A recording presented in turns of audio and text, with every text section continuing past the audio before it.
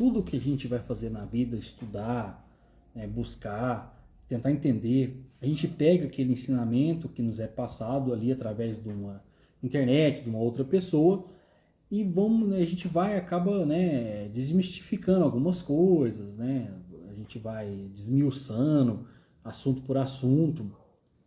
No fim, você tem ali uma ideia de todo esse conjunto. No meu caso, eu sempre fui muito curioso, sempre busquei tudo muito próximo e às vezes respostas que não eram suficientes para mim, eu sempre procurei em outros lugares, em tudo que era possível procurar, eu procurava. No fim, a gente acaba que não importa muito, porque no fim, o que você sente e como você lidar com tudo isso que você aprende é o que realmente enraiza dentro de você. Então, no caso, né, dessas entidades, tudo quando eu fui estudando, coisa por coisa, eu comecei a achar que elas não eram tão complexas ao ponto, né, de a simplicidade que elas eram apresentadas, né? A gente conhece muito hoje pela Umbanda, né, as falanges. A simplicidade delas nunca conseguiu me pegar. Eu sempre procurei algo mais profundo, algo mais complexo. Pensava comigo, não é possível, é um mundo, né? Porque tudo nele é tão complexo, tudo tem uma causa, um motivo. O próprio espiritismo, né, trabalha com causa, efeito, consequência, vidas passadas, punição, pagamento. Então eu pensava que, poxa, e às vezes se lidar com uma entidade espiritual, ser uma coisa tão simples assim.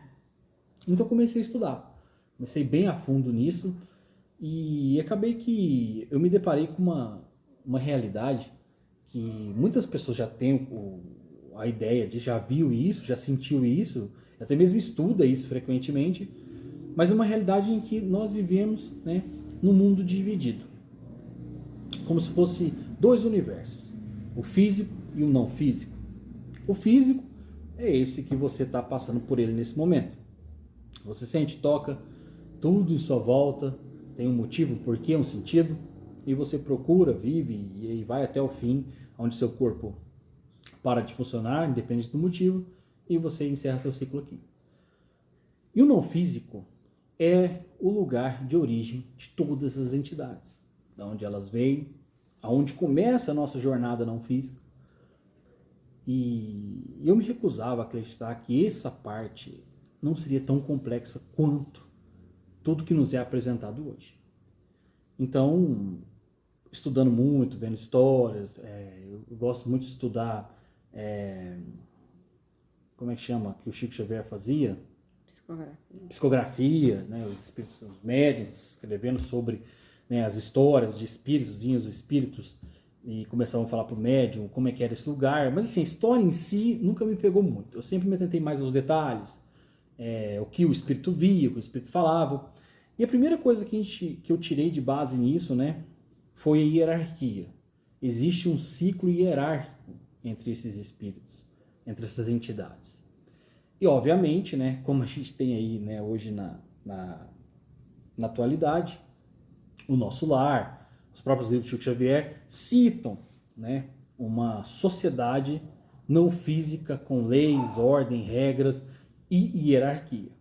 Então, a gente pode tirar por base que o lado não físico ele é extremamente complexo, organizado e hierárquico, tanto quanto aqui.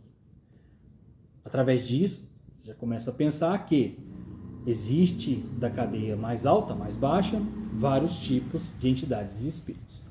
Nesse vídeo de hoje, eu vou tratar apenas, né, de alguns dos principais que realmente têm contato e influencia a nossa vida. Primeiro, né, é o espírito que acabou de fazer a transição. Ele morreu. Você morreu, físico deixou de existir e começou, né, a ter o seu primeiro contato com o outro lado, que seria, né, essa sociedade não física. A filosofia trata a alma como, né, o estado da consciência. E é exatamente assim. Porque a partir do momento que você deixa de de viver aqui no físico e entra no plano não físico, a sua mente, a sua memória, os seus gostos vão estar lá. Você será aquela pessoa.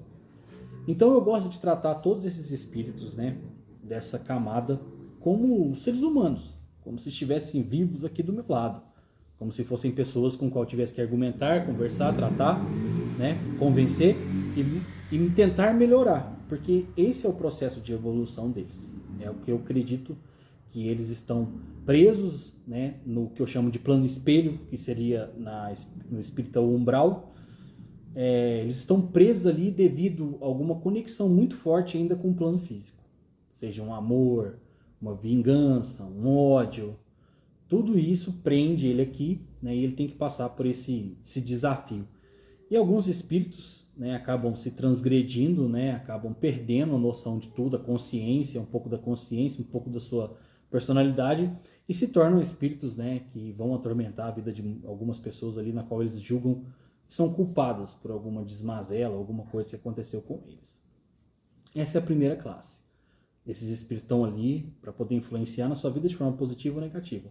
Porque da mesma forma que existe a força que às vezes vem para te atrapalhar, existe também aquela força de uma mãe, um pai, um amigo, um irmão, que às vezes está próximo de você para tentar te ajudar a seguir a sua jornada, né? Gosta de você, esse sentimento vincula ele até você e ele tenta deixar a sua jornada física um pouco mais tranquila. Logo depois, a gente já tem aquelas entidades um pouco mais, né, vamos dizer assim, cascuda, né, que é aquelas que já estão tanto tempo lá que já não tem mais propósito, elas estão andando e vagando, né. Lembrando, voltando um pouquinho, para que isso faça sentido, a primeira regra do universo é o livre-arbítrio, ou seja, você define o que você vai fazer e como você vai fazer. Isso não só no plano físico, também no plano não físico. Então, vamos dizer que um espírito ele é livre para decidir as atitudes e as ações que ele vai seguir ali naquele plano não físico. Determinando isso, né, a gente pode, né, entender que algumas entidades que perderam o seu propósito apenas estão lá, né, para poder garantir a soberania delas. Esses aí, né, aqueles espíritos que estão sempre dominando outros espíritos, criando grupos de outros espíritos e sendo líder deles e vivendo a vida deles lá da forma que eles acham melhor, tá? A ideia, muitas vezes, é que a encarnação, ela é uma coisa desejada pelos espíritos. Eu definitivamente não acredito nisso, tá?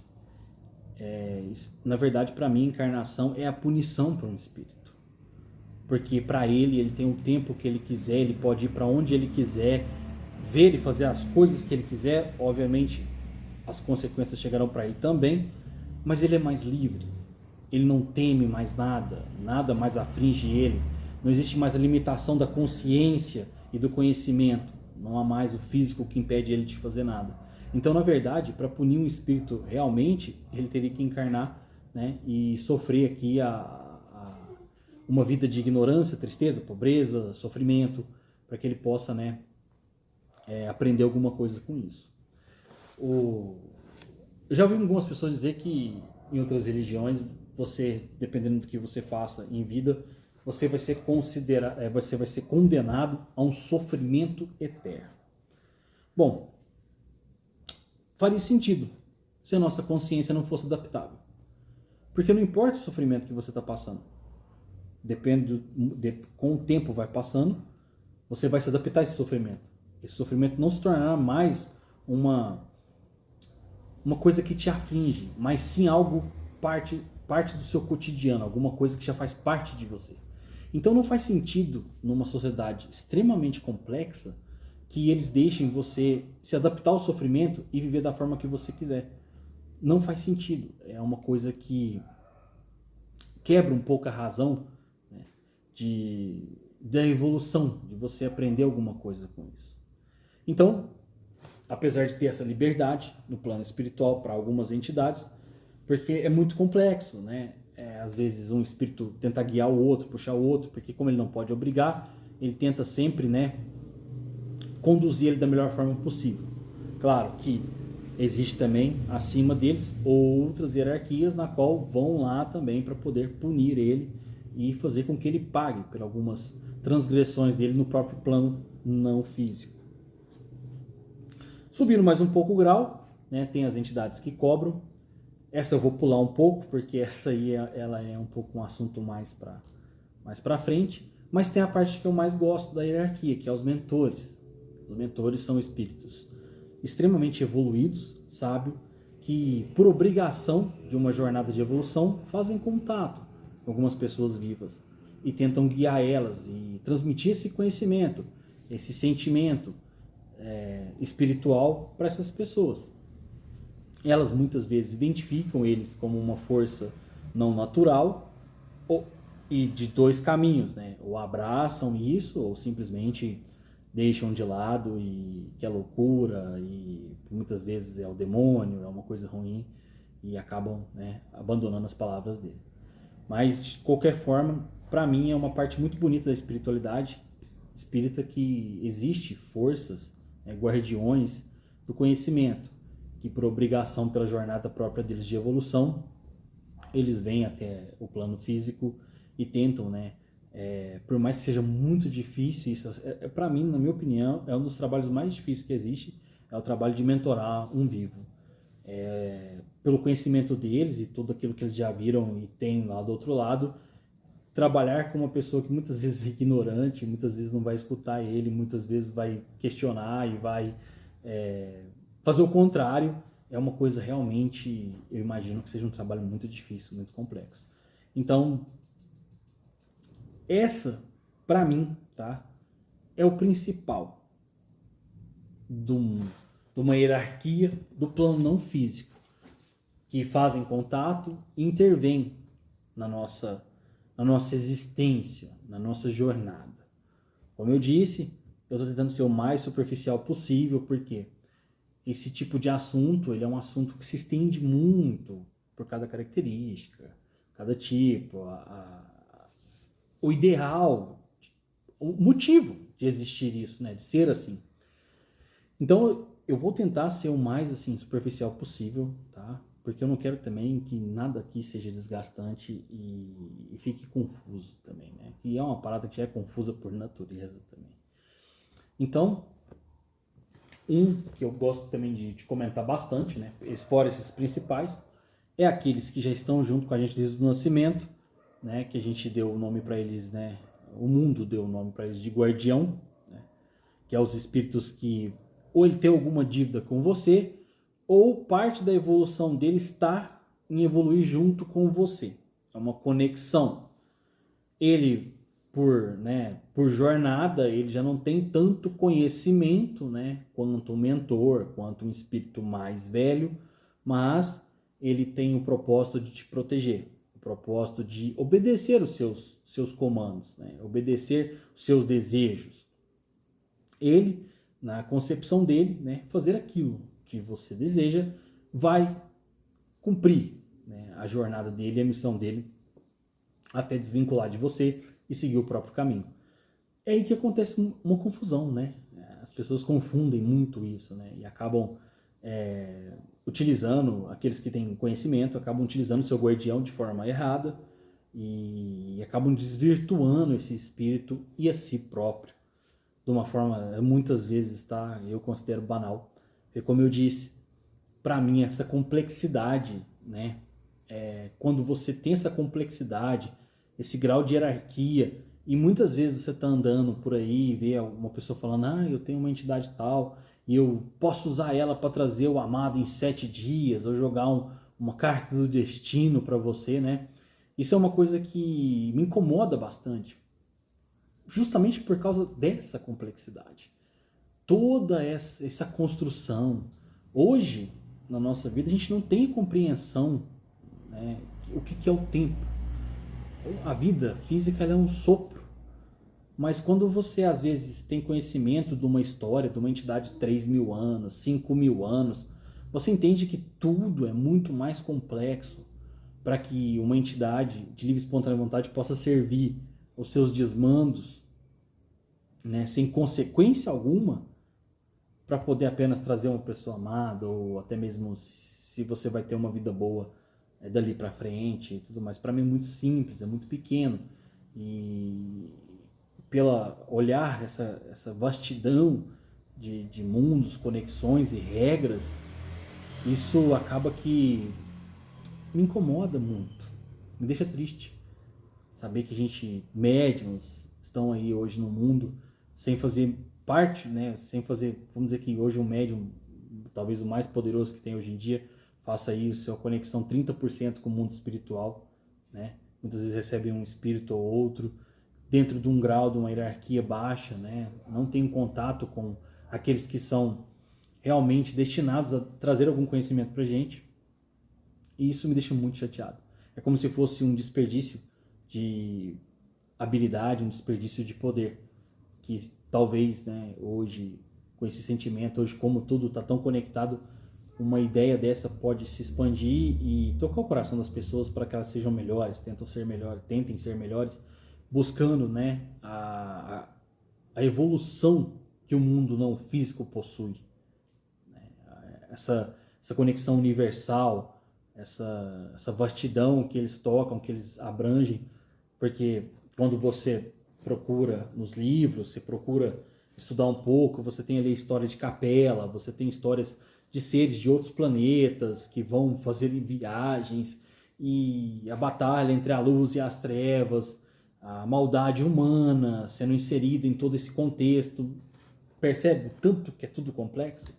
E isso aí é 10 minutos de pesquisa num Google da vida. Se você for mais além, procurar uma pessoa que tem contatos mediúnicos, procurar pessoas que conversam com algumas entidades aí complexas e difíceis, você vai ver que é muito mais difícil ainda, é muito maior do que você pensa.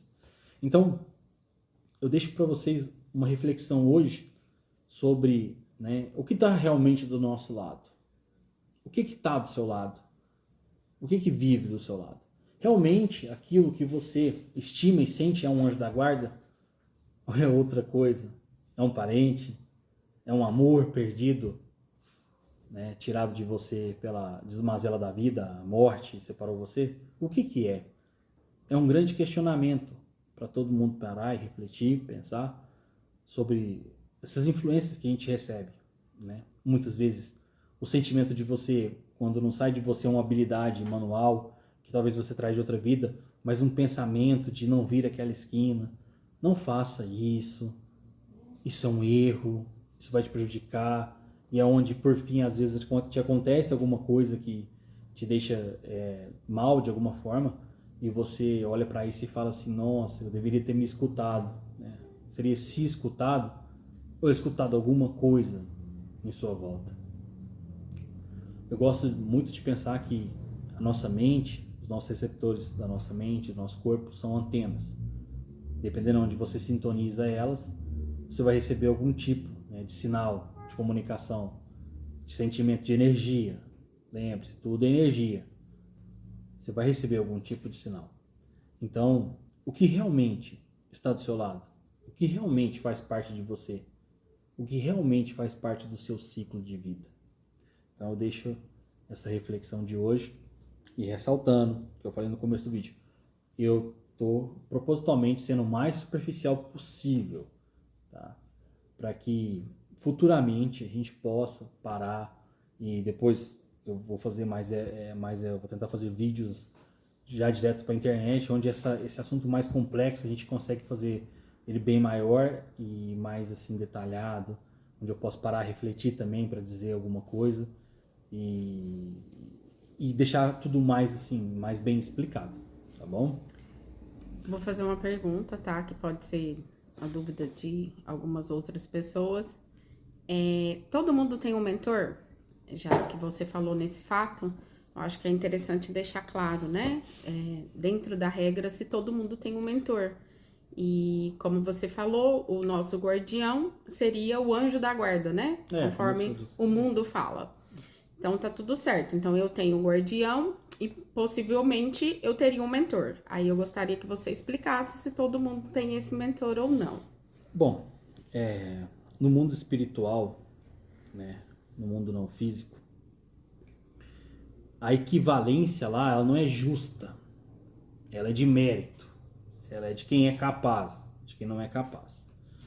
O mentor, né, ele se aproxima, como eu disse, através de uma jornada, só para aqueles que são capazes. Aqueles que têm, às vezes, um dom, aqueles que têm um sentimento, aqueles que podem tocar outras pessoas.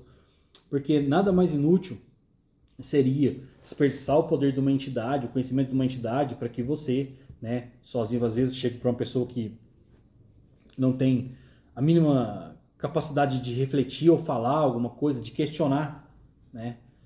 Os mentores, eles se afastam um pouco daquelas pessoas que simplesmente, olha, é isso, pronto, e a pessoa aceita. Fala, olha, o céu é preto e pronto, acabou. E ele não aceita, tá tudo certo. Os mentores, eles se aproximam mais de pessoas que têm a capacidade de questionar, de querer buscar, de ir mais a fundo, porque essa é a moeda de troca deles, né? Como eu disse, tudo é uma questão de equivalência, capacidade e mérito. A moeda de troca que o mentor tem para te oferecer é o seguinte: eu te dou o conhecimento e você espalha ele ou cumpre alguma missão, né, ao longo dessa jornada que nós dois vamos estar juntos. Essa é a proposta inicial de todo mentor.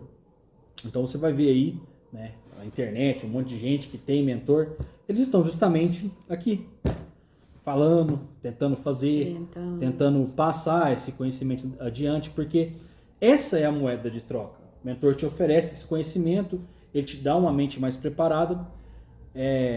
Eu penso bastante, né, que isso não é questão financeira, não é questão de status.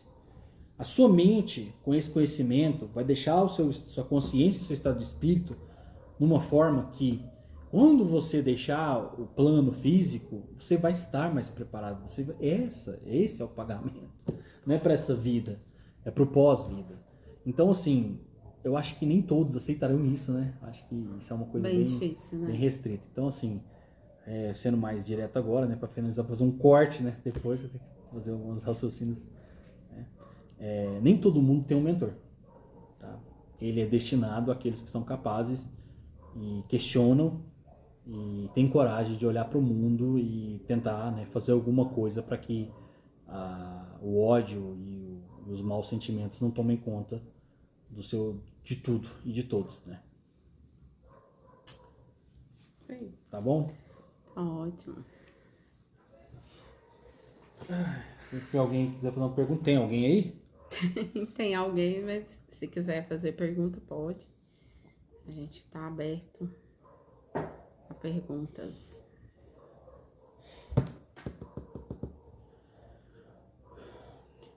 Eu acredito que as pessoas têm muita, assim, confusão, né? Identificar isso, né? O que é o anjo da guarda, ou no caso o guardião, ou o mentor, né? Mas você deixou bem claro aí sobre o mentor. Ok, e o guardião? São sentimentos, né? A pessoa precisa sentir que ele é o guardião e que ele tá ajudando. Tem uma pergunta aqui sobre intuição, né? Que é a famosa intuição. A famosa intuição. O guardião, ele desperta isso, né? Isso. Vamos dizer assim, né? O guardião, como ele tá com você desde o nascimento, de outras vidas, né? Ele tem ali uma visão sobre você que você não tem, né? Sentimentos e gostos que você, né, imagina que muitas vezes você não sabe, você ainda vai descobrir. Porém, por ter vivido, né, algumas outras vidas passadas, o guardião, ele acaba que ele tem uma visão diferente de você. Ele sabe alguns gostos seus, ele sabe alguns desejos seus, ele sabe algumas fraquezas suas também. Então, muitas vezes a intuição, ela age justamente nisso, para evitar que você sofra, né, alguma coisa negativa que vai te machucar, vai machucar a sua alma, vai machucar o seu jeito de ser. E nesse período de tempo em que ele está junto com você, então ele tenta sempre evitar que você vá para alguns caminhos que já te destruíram no passado. Então essa é a intuição. Eu gosto de dizer muito assim, sobre a intuição, quando é mais profunda, é que muitas vezes você conhece uma pessoa, né, e você definitivamente não gosta dela. Não vai, você não gosta. É o famoso não desce. O tal do santo não bateu. Você simplesmente não tem motivo nenhum.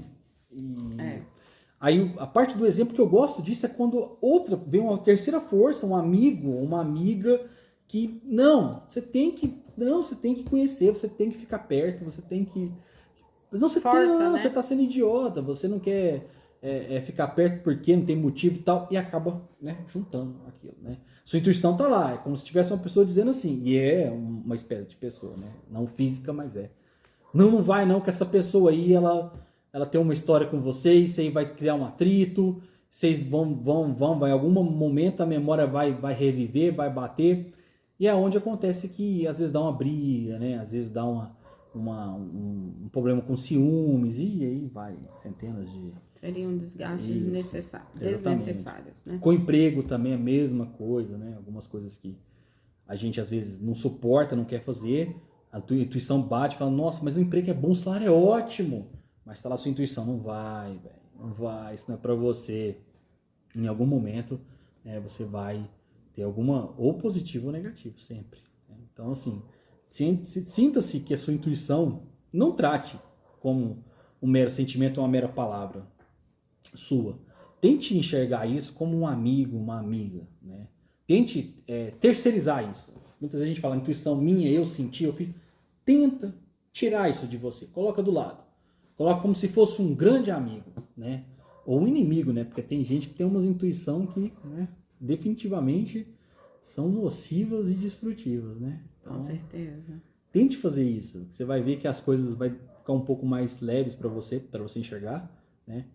Porque quando você faz isso, automaticamente já não é mais você, né? Quando você coloca como uma terceira força, uma terceira coisa, é algo que você passa a dar mais ouvidos, né? Porque eu sou craque nisso, inclusive, né? De não, né?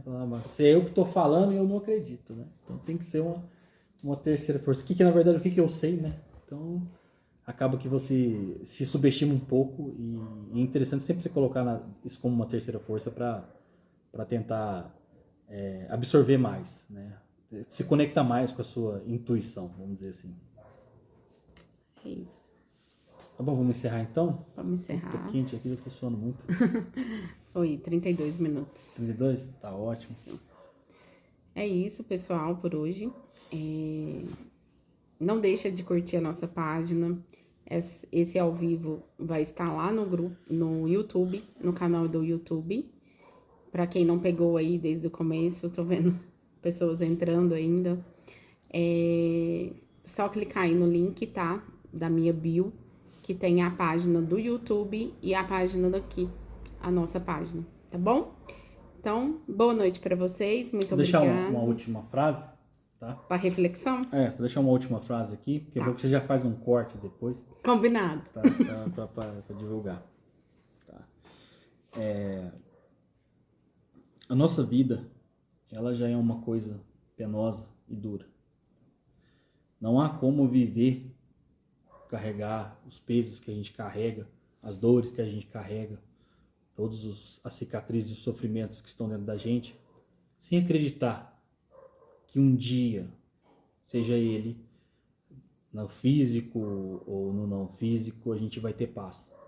Eu acredito que todos os corações, seja na tormenta que tiver, seja na escuridão que tiver, sempre procuram, né, um momento e uma luz de paz para se agarrar e se abraçar.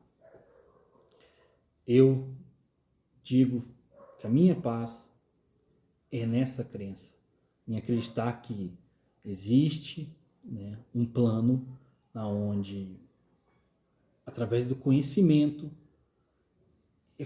é uma coisa, né, conhecimento, parece que não tem valor, não vale nada. Hoje não vale nada. Quanto que ganha um professor que dá o conhecimento? Não vale nada. Hoje o que vale é status, pessoas dizendo coisas que eu juro para vocês que eu não entendo, como influenciadores. Então, eu acredito que no outro plano é o momento onde a gente encontra justiça e paz, através do conhecimento. A única moeda que eles aceitam e que você pode trocar lá dentro, lá naquele espaço de entidades muito superiores e inferiores também, tá? Então, tente enxergar a vida dessa forma, que esse estado de sofrimento que a gente vive constantemente, um dia ele tem que chegar ao fim, ele tem que acabar. A gente tem que encontrar a paz, seja vivo ou morto, tá bom? Uma boa noite para vocês, que o resto da semana de vocês sejam perfeita e maravilhosa, tá bom? Um beijo. Boa noite, pessoal. Obrigada.